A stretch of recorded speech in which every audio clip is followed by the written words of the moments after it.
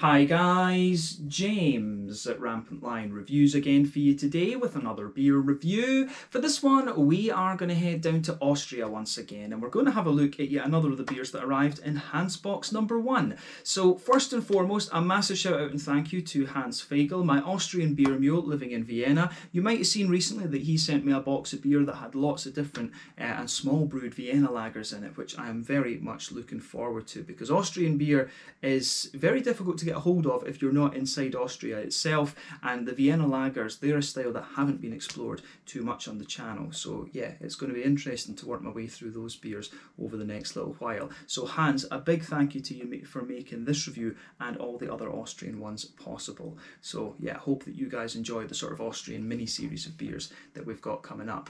But yeah, for this review we are actually going to return to a brewery that has featured on the channel once before, and the main reason that we're doing this one at the moment is because this is a beer that needs to be drunk as fresh as possible. So yeah, hopefully it's another good one. I enjoyed the last beer that I had from this brewery. So for this one then, we are going to head to Vienna once again, and we are going to return for the second time to Brauerei Schwechat. So this particular beer is called the Schwechater Zwickl. It comes in at 5.4% ABV, and as the name tells you, this one is a Zwickl lager beer. So for those of you who don't know, the Zwickl is a type of Keller beer or cellar beer. Usually the Keller beers, of course, are a little bit more yeasty. They're basically kind of yeasty lagers, if you like, and the Zwickl is the one that's slightly lower in alcohol and lower in hoppy content as well, actually. I've not had all that many of these of this type of beer, even from Germany in fact, but this is most definitely the first Austrian one that I've had. But yeah, basically with these kind of yeasty leaning lager beers, you need to drink them as fresh as possible. So that's why we're doing these two Schwechater beers in quite quick succession. But yeah, very, very curious to see how this one turns out. The last beer that I had from Schwechater was the Wiener Original, actually, and I thought that was a very, very nice classic Vienna lager, actually. Very, very nicely done.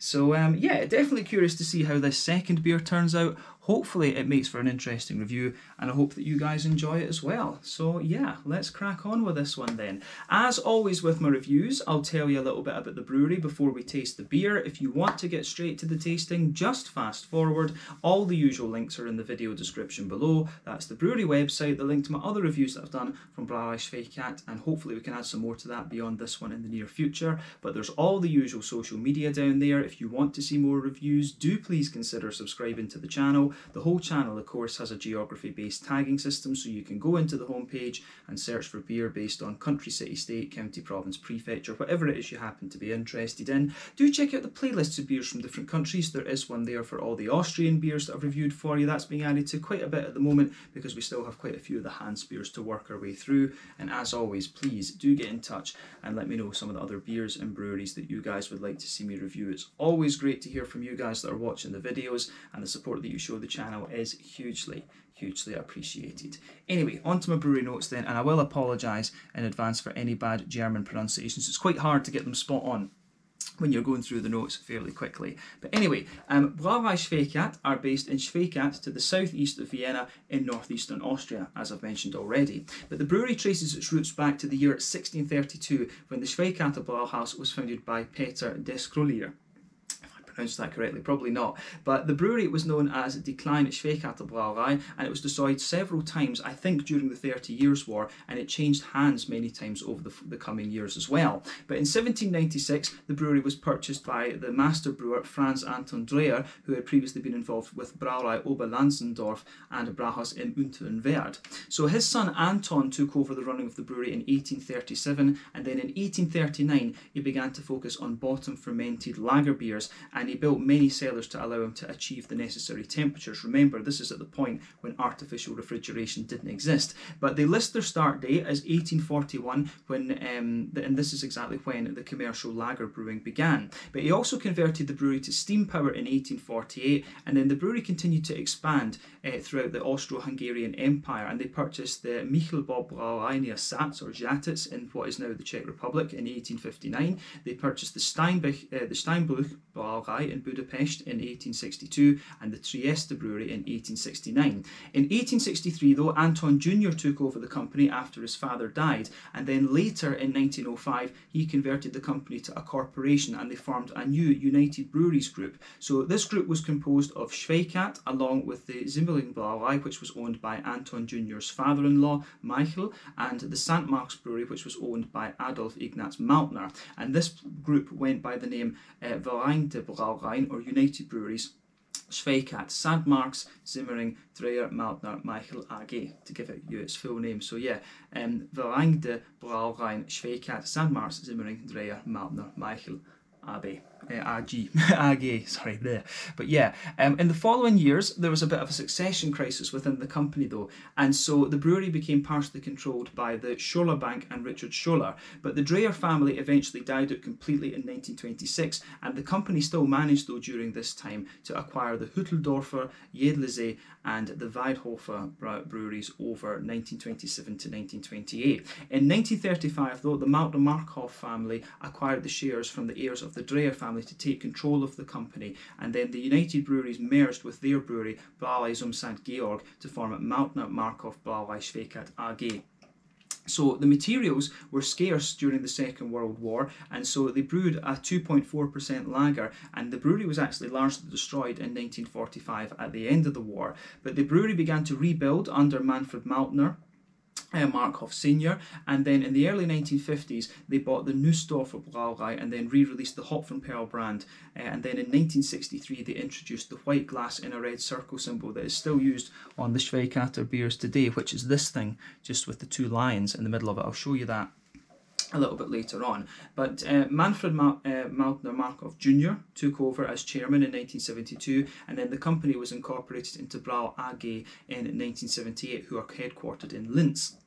But from this point, the canned beers from Brau AG have been produced at the Schwechat Brewery, and then the draft and bottled beer has been produced at the Wisselburg Brewery. But in 2011, they began the demolition of the old brewery building, which has since been turned into a residential area. But today, Brauerei Schwechat are producing around 800,000 hectolitres of beer, which is about, what is that? That's about 80 million litres, something like that. And they produce 3 regular beers. This is the Lager, the Zwickl, and the Vienna Lager. So you've seen me review the Vienna Original, you're now seeing me review the Zwickl, so I guess we need to have a look at the Lager next time as well. But yeah, that's all I can tell you about Brauerei Schwechat for the moment. Quite a long history with lots of acquisitions and family turnover and stuff like this, but I hope that kind of describes it for you fairly succinctly, if you like. But yeah, we can take a breath now. So yeah, if you want to learn more about this brewery, you can check out the brewery website. You can follow them on Facebook and Instagram to keep up to date with all the latest goings on, and you can of course check out the Rate Beer, Untappd and Beer Advocate pages to learn more about all the different beers and things that these guys do. So yeah, let's get this guy out and we'll get on with the tasting then. I'll just let you have a little look at the artwork on this one before we open it up. There you can see the little symbol I was talking about, the white circle and glass in the middle there between the two lions. But yeah, you know, it's quite a classic sort of label, this one. It looks pretty nice, and you can see that that is also on the bottle here as well. But there you can see this one does have its own bottle cap as well. It's got a special Zwickl bottle cap. But I guess when you've got 3 different beers, you can kind of get away with having you know, different bottle caps for each of them. But yeah, this is a half-litre beer, and I'm guessing, you know, knowing what it's like in Austria, probably this this beer will cost like €1 or something in the supermarkets. But yeah, this one actually has wheat in it as well, so it's got hop and wheat in it, which I'm not sure how common that is with Zwickl actually, but yeah, maybe this one is a little bit unique. So let me know if you know a bit more about the Zwickl style than me. All I know is that this is one of the type of Keller beers, and it's a bit more yeasty. Usually they're unfiltered, of course, and the Zwickl is the slightly lower alcohol version of one. But yeah, nice looking beer, this one. And again, thank you to Hans for making this review possible. So 5.4% Zwickl Keller beer, lager beer. Let's get it out and we'll get on with the tasting then. Oh, there we go. Just my bottle caps are falling all over the place, but there we go. Let's get this guy out and into the glass. Very curious about this. I'm not sure if you would normally drink this beer in a tankard like this, or if you might drink it in, you know, a slightly different glass, but I like getting the tankard out. And we had the last Schwechat beer in the tankard, of course, as well. So there we are. Yes. No, we managed to get most of the sediment out as well, which is good. That's what you want with these beers. You do want them to be a little bit more kind of bready and yeasty and things like that. So yeah, you can smell the nice kind of yeasty components of this beer already. So yeah, let's get cracking with this one then. So before the head disappears, you can see that this beer is poured with a very small, maybe about a quarter to a third finger of a frothy, I would say perfect white head. I think though that will fade away to be quite thin very, very soon. But yeah, I would say perfect white head on this one. But as you can see, that beer is hazy as anything. It actually looks a little bit like a New England IPA or something. I'm surprised at how hazy this beer is. It certainly didn't look anywhere near that hazy when just looking through the bottle. But yeah, it certainly looks pretty cool. But if we shine the light through this one, it is a lovely kind of pale, bright yellow colour. It actually looks a little bit like a mango juice or something like that. So yeah, you know, who needs New England IPAs when you've got Austrian Zwickls? There you go. But yeah, I have to say that looks pretty cool. Lovely, bright, hazy kind of yellow colour. It does actually it looks a little bit like a Hefeweizen or a New England IPA, something like that. So yeah, the level of haze on that is pretty damn impressive. That just goes to show you how much wheat can contribute to the haze in the likes of the New England IPAs and things like that. So there you go. Wheat used in a more traditional sense. But yeah, lovely looking beer, this one. As I say, I'm surprised a little bit just how hazy this beer is, but it looks great. But in terms of a Zwickl lager beer, you would expect it to have a little bit of this kind of natural haze to it. The Zwickls and the Keller beers, of course, usually are unfiltered. But yeah, let's take a closer look at the aroma of this one then and see how we get on. Nothing overly surprising about this beer other than the level of haze that you get out of it. So yeah, aroma time then. Let's have a little look at this one. Yeah, that smells very nice. Yeah, it's you know, it's got that typical sort of Central European just breadiness to it. It smells absolutely lovely. The backbone of this beer is, you know, a soft, fresh baker's white bread all the way. It just smells absolutely lovely, this one. So yeah, you can smell the smoothness of the wheat in this. At the back of the nose, you do get a little bit of that bitey wheat, but you know, the middle of your nose all the way is a smooth white bready element there. It looks absolutely, or it smells rather, absolutely fabulous. So big thumbs up to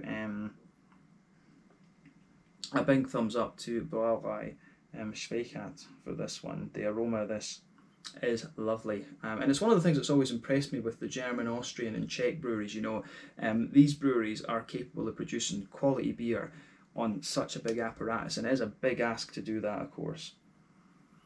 But yeah, this beer, it just is very, very classic, and I think in some ways, those of us who are in the kind of craft beer community, in a sense, a lot of us kind of forget about these more classic beer styles. I've always been a big fan of the sort of German, or Central European, I should say, lager beers. You know, these beers are just, you know, they're just awesome. But you know, if the whole focus in the craft beer side of things these days is all on IPAs and pale ales and stuff like this. So the German, Austrian, Czech styles of beer should get a little bit more recognition, and they are starting to get that. In fairness, actually, I'm glad to see that they are starting to be recognised a little bit more. But yeah, the aroma of this beer is absolutely lovely. So big thumbs up to Brauerei Schwechat for this. So yeah, let's try and break that down for you a little bit more. So as I say, a little bit of a wheaty bitiness at the very back of the nose, a lovely, soft, fresh, white bready character coming out of it. You know, as you go further into the nose there. Other than that, I think, you know, you maybe get one or two very slightly woody undertones in there. There's maybe a wee touch of a very slight kind of biscuit or something like that. Maybe a little bit of a kind of McVitie's digestive biscuit sort of thing. But this, the malt base in this one is white bread, a little bit of bread crust, and then a smooth kind of wheaty character. Other than a tiny little hint of biscuit, I think, and maybe just a wee hint of a sort of woody undertone. This beer comes across absolutely beautifully in the malt base. So yeah, on the hoppy side of things, it is kind of what you'd expect. Hans commented on one of my other videos that there are hop producing regions in Austria, so I wouldn't be surprised if this beer is using some kind of Austrian hop. So I'll need to research a little bit about that and gain some knowledge of the Austrian hops. But you know, they do, if it is Austrian hops that are being used in this one, they do smell quite similar to the likes of the Hallertaus, the Tettnangers and the Schwechater that we know quite well. But yeah, on the hoppy side of things, this beer, it's got a lovely little bit of a smooth earthiness to it, as you would expect from these noble hops. It's got a good little bit of floral aromaticity in there, and it's quite a bright floral aromaticity. And I think on the front tip of the nose, there's just a little bit of a sort of grassy, there's a slight sort of grassy, zesty quality to this beer as well. So yeah, the green component for me, it comes across mainly as quite smooth, but yeah, there is a wee touch of zestiness and brightness there to the grassy and floral components. So yeah, it certainly works in that sense too.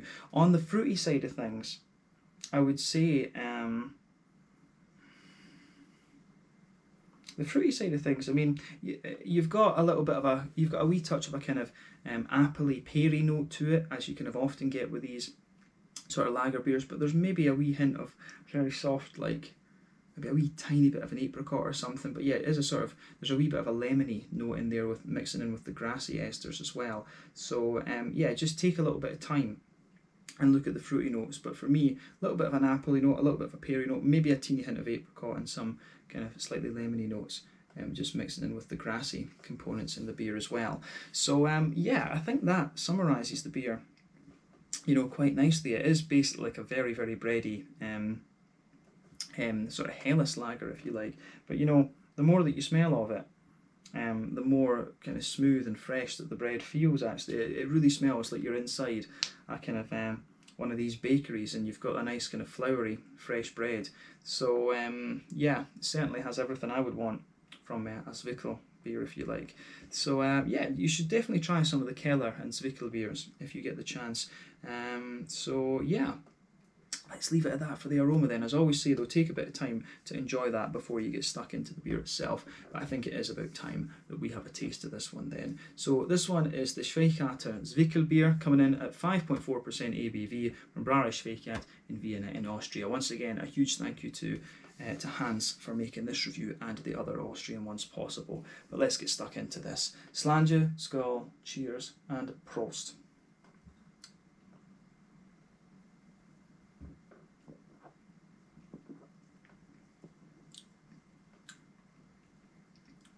Oh yeah.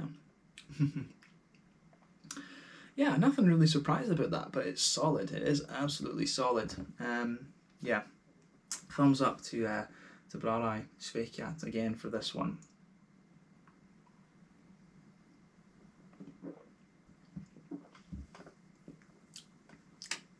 It is one thing, as far as I know, it's fairly unusual for this. I wonder if this is potentially one of the biggest by volume production Zwickls around. I'd be curious to know that, because it is quite an unusual style to have in your kind of core range, if you like, you know, for a, especially when you think about one of these Viennese breweries. Of course, you'd think, yeah, they'll produce a Vienna lager, they'll maybe do something that's akin to like a Pilsner or a Helles or something like that. But I wonder how common it is to produce a Zwickl on such a big scale. That's another bit of, that's another interesting point to make about this beer. But you know, they've done this one pretty damn well, I have to say. So yeah, there's not, you know, it's a pretty cool thing to have. Actually, it's definitely cool to have a Zwickl as part of your core range of beer. But yeah, I really like how this one, this beer goes about its business. Absolutely. So let's try and break this one down for you a bit. The first impression of it is it's a lovely, big, smooth, and kind of fresh bready lager. This one, it's actually not a million miles away from what you'll get in the Czech Republic. If you think of like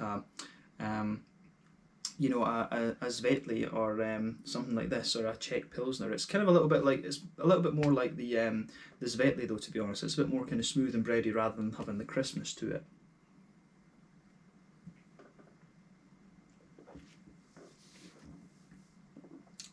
Yeah.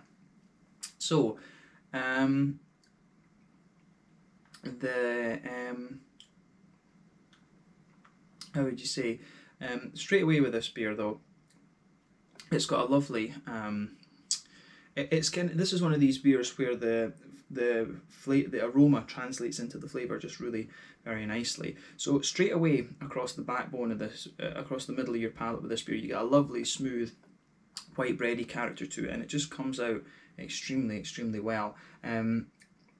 So yeah, as I say, middle third of your palate, lovely smooth white bready character there. If you go towards the back of the middle third of your tongue and towards the front, you'll get a little touch of a kind of more bread crusty element out of it, and you can feel that the wheat kind of creeps forward and sits on top of the kind of malty backbone of the beer, if you like. So yeah, it does feel kind of quite nice and thick in a sense in that middle third of your palate. In the very dead centre of your tongue, you might get a little bit of a kind of biscuity element in there. You do get a wee tiny hint of a kind of brown sugary element. Then on the front corners of your palate, as you go diagonally backward, you've got a little bit, you do get one or two little woody undertones to the beer. But yeah, middle third of your palate, soft kind of white bread underneath from a kind of pale malt, a little bit of a bread crust, then a smooth kind of wheaty element on top, and then just a little touch of biscuit in the very dead centre of your palate. So that works very well in this one, absolutely.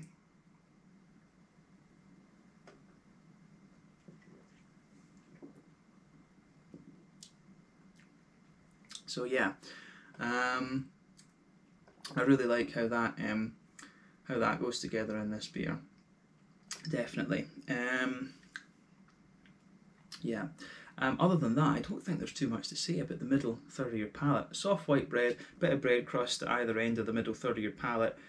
You can feel the smoother wheat kind of creeping in on top of that, and a wee touch of biscuit and a woody undertone too. I think that is the middle third of the palate described fairly concretely, I should say.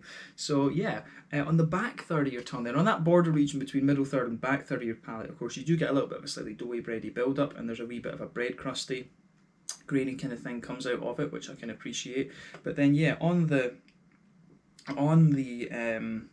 back third of your palate, as you move into the back third of your palate there, the beer, it really you can feel the smoothness. The wheat is quite smooth in the beginning, and then at the back of the palate it does have a little bit of a kind of bitiness to it, but sitting on top of the wheaty base of that back third of your palate, you can feel the flavour is a little bit taller. It feels a little bit more light and airy, and that's the yeasty component of the beer there. Remember, these the whole point of the Keller beers is that they're unfiltered, so you've still got a lot of the yeasty components in there. But when you start at the back of the palate with this one, the beer feels like it's kind of thick like this, and it gradually condenses down, and then as you reach the border region with the middle third of your palate, it goes down like this. Then the flavours feel a little bit more kind of condensed and squashed together in a sense.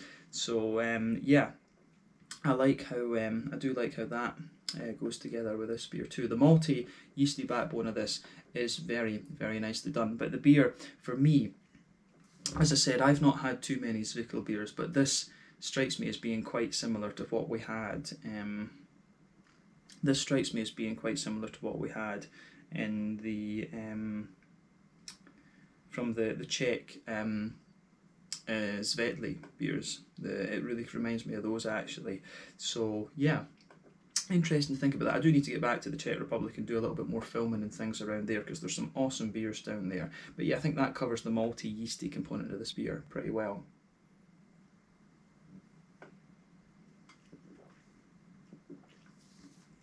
So, onto the hoppy side of things then. Back corners of the palate, you've got a nice little bit of earthiness out of this one, so a little bit of a noble hop kind of quality. But as you move further forward from that, you do get a little bit of a herbal note there, and then as you move gradually towards the kind of front corners of your palate, it gets a little touch more kind of floral, and the floral aromaticity does have a wee bit of brightness in this beer, which I can certainly appreciate. So I do like that about this one. So yeah, nice little bit of floral aromaticity as you come further forward towards the corners of your palate in this beer. Then round the front curve of the tongue, it's a little bit lighter and grassier, which is definitely quite nice. So yeah, the way that's going together in this beer is pretty nice too.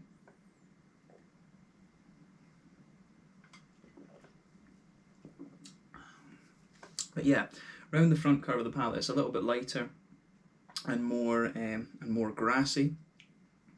which I do enjoy.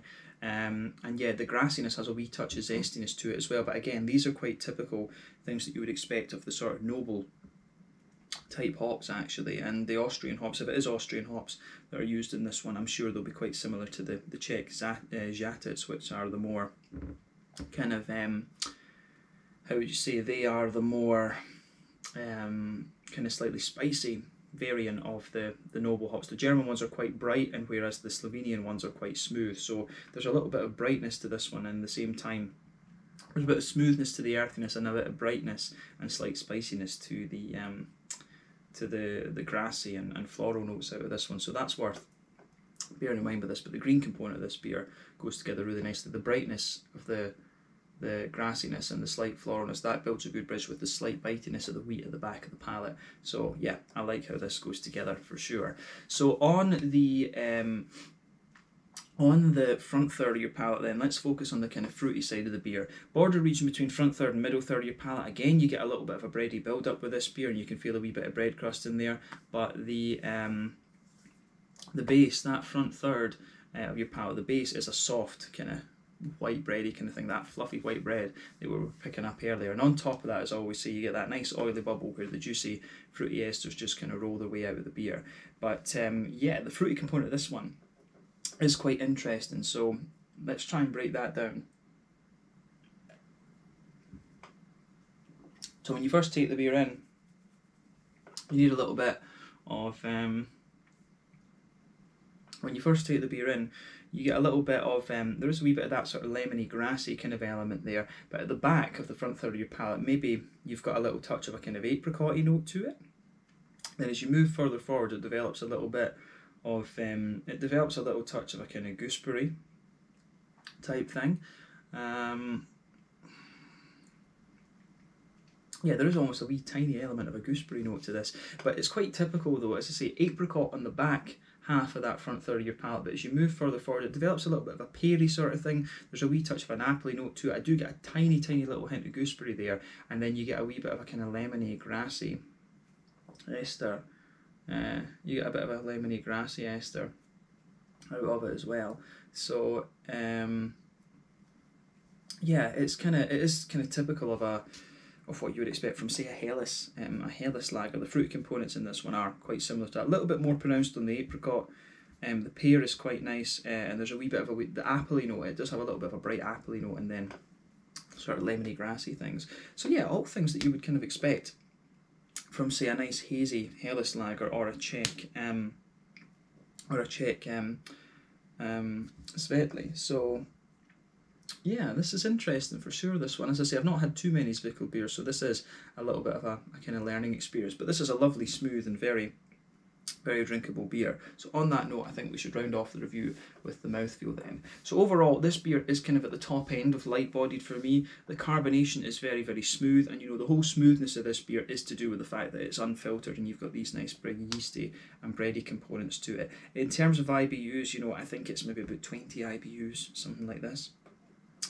So yeah, it's not going to blow the head off you in terms of bitterness, but the malty yeasty base on this one, as I say, very soft and very smooth, lots of fluffy white bread, a little touch of sweetness in there as well. Then you've just got some nice slightly wet, juicy, fruity characters to this one. So yeah, I think it works out very nicely actually. So this one gets a big thumbs up from me, the Schwechater Zwickl beer from Brauerei Schwechat.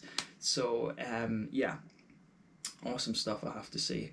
So yeah, I like this one for sure. So yeah, big thank you to Hans again for making this review possible. Nice to try something that is a little bit different, of course. And I think in the next review we've got a Helles beer, we've got one or two other things, but we do need to work our way through some of the small brewed Vienna lagers actually. So I need to talk to Hans and get a little help on finding articles and things on these very small breweries. But yeah, this one, I have to say, I enjoyed it very much. So yeah, we can leave it at that then. This one was the Schwechater Zwickl beer from Brauerei Schwechat in Vienna in Austria. A big thank you again to Hans for making this review possible. This was a really interesting beer, a style that I do need to explore a little bit more in truth. So if you have got some Zwickl recommendations, give me those in the comment section below. But thank you again for watching. Check out my social media. Let me know your own thoughts on this beer in the comment section below as well. Let me know what your favourite beer is from Brauerei Schwechat, and do let me know any other Austrian beers and breweries that you guys would like to see me review. But this one was a 5.4%